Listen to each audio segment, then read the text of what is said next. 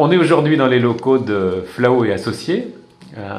Alors, Monsieur Flao, qu'est-ce que Flao et Associés? Flao et Associés, c'est un cabinet d'architectes d'intérieur et de designers. On a commencé en tant qu'architecte d'intérieur et maintenant on est beaucoup tourné vers l'extérieur. Bâtiments, qu'ils soient en bois ou pas, bâtiments flottants, on est très à cheval sur toutes ces choses-là. C'est une dizaine de personnes qui sont des architectes, des designers, des techniciens. Tous animés de l'idée qu'il faut faire quelque chose d'élégant quand on crée, parce qu'on a un rôle social, sociétal, on va dire, qui consiste à faire en sorte que ce qu'on fait laisse une trace qui soit digeste pour tout le monde. Voilà. Donc quels sont les projets, quelques projets phares sur lesquels vous avez travaillé? On a une contribution assez forte sur tout ce qui est sur l'eau, parce que le design, ça passe par un tas de choses, mais on est très porté sur tout ce qui flotte. Alors que ce soit de l'eau de mer ou que ce soit de l'eau douce.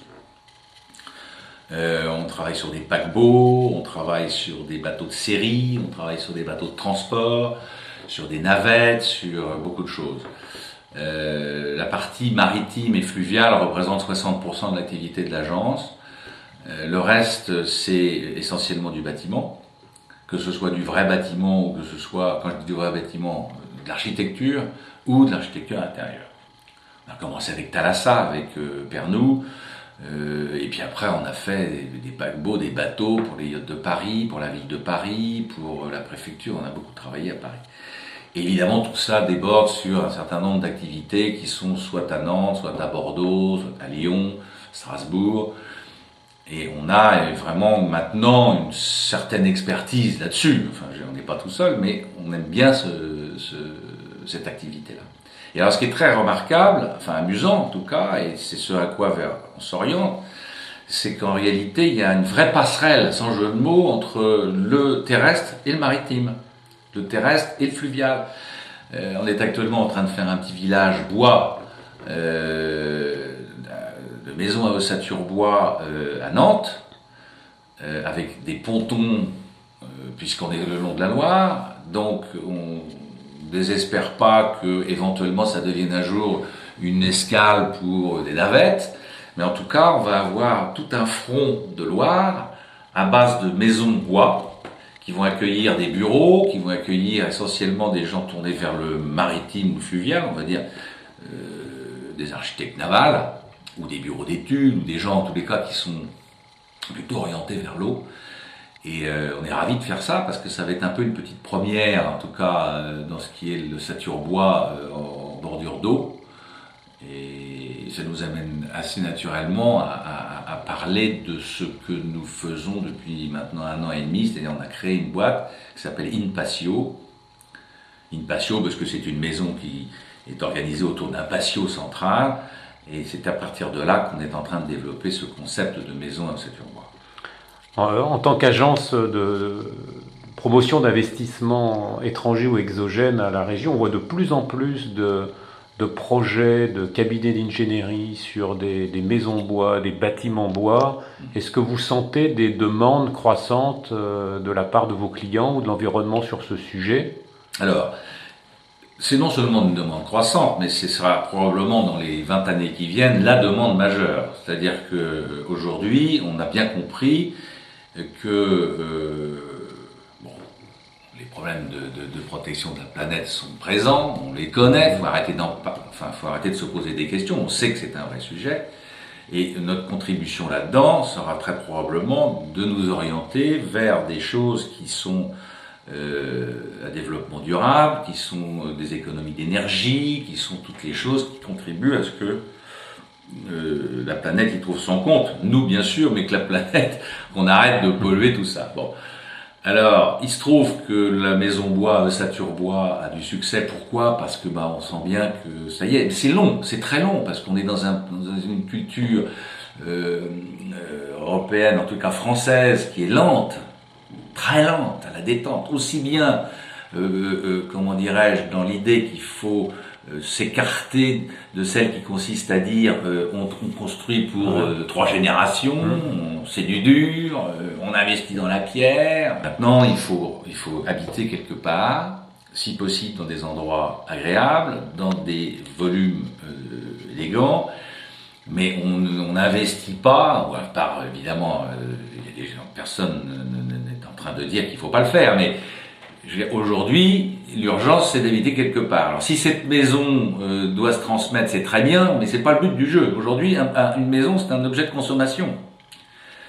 C'est pas pour autant qu'il va pas durer dans le temps, car je rappelle qu'il y a quand même quelques pays qui sont connus, comme le Canada et les pays nordiques, ça fait 300 ans qu'ils construisent en bois, et c'est les plus belles maisons du monde. D'ailleurs, on les envie, on les copie. Mais, on est en France. Et en France, tant qu'on n'est pas dans le parpaing, dans le granit ou dans le tuffeau, c'est pas une maison. J'exagère un peu, mais là où j'exagère pas, c'est que l'administration, les permis de construire, qui sont donnés par les villes et les PLU qui sont votés aujourd'hui ne font qu'une petite place à la maison à Ossature-Bois. Ça vient, mais c'est d'une lenteur épouvantable. Moi, je considère qu'il y a un travail à faire, pédagogique, technique, économique et politique. Bon. Alors, en dehors de ça, on arrive quand même à faire un certain nombre de projets, ça vient, ça se développe, mais on ne trouve pas beaucoup d'entreprises non plus qui sont prêtes à y aller. Elles y vont, mais c'est quoi les gens qui vont sur l'Ossature-Bois? C'est la plupart du temps des entreprises dont la culture a toujours été faire de la charpente, mais on ne trouve pas d'industriels. Et quels sont les types d'industriels qui seraient pertinents Je pense soit de faire venir, soit de développer proche de... Il doit en exister en France. Ça frémit lentement. Les plus gros, le plus gros en France qu'on ait abordé, que j'aime beaucoup, c'est Ossabois, du côté de Saint-Étienne, qui est une belle boîte. On travaille à Nantes avec le Duc, qui est une très bonne boîte avec Philippe Grasset. Mais dans la fabrication de ces maisons, je ne trouve pas en France de gens qui disent « Ok, allez, on va mettre en place un système de construction à Ossature-Bois avec des parois fermées, avec des intégrations de toute la tripaille qui va dans une maison, c'est l'électricité, la plomberie, le montage. Une maison en bois, si c'est astucieux, ça doit aller plus vite qu'une maison en dur. On n'est pas en train de dire que ça va tuer les maisons en dur, mais il y a une demande aujourd'hui, et elle a été lancée il n'y a pas si longtemps que ça par le gouvernement, notamment par Borloo, avec son projet de maison à 100 000 €. Nous, il faut qu'on trouve des idées de maisons simples, élégantes, bien intégrables à Ossature-Bois, et ça y est, nous on est dessus. Visiblement, c'est quelque chose qui commence à prendre. On a créé une société pour ça. On a des gens qui s'en occupent en termes de commercialisation. On a des chantiers comme des constructeurs comme le Duc à Nantes qui nous portent là-dessus, qui répondent à la question.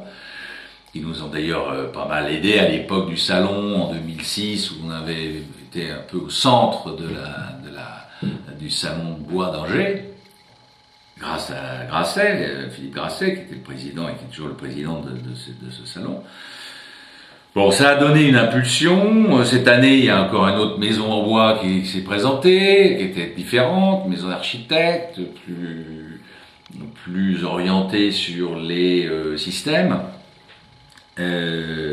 Mais aujourd'hui, en France, je ne trouve pas. C'est-à-dire que si aujourd'hui, je pouvais trouver un industriel français ou étranger qui soit en Belgique, en Allemagne ou dans les pays du Nord et qui disent voilà, votre maison, ça nous intéresse, on la prend, et puis on vient vous la livrer montée pour un prix on regarde ça avec beaucoup d'attention. Donc l'appel est lancé. Voilà. Merci beaucoup. Je vous en prie. À très bientôt.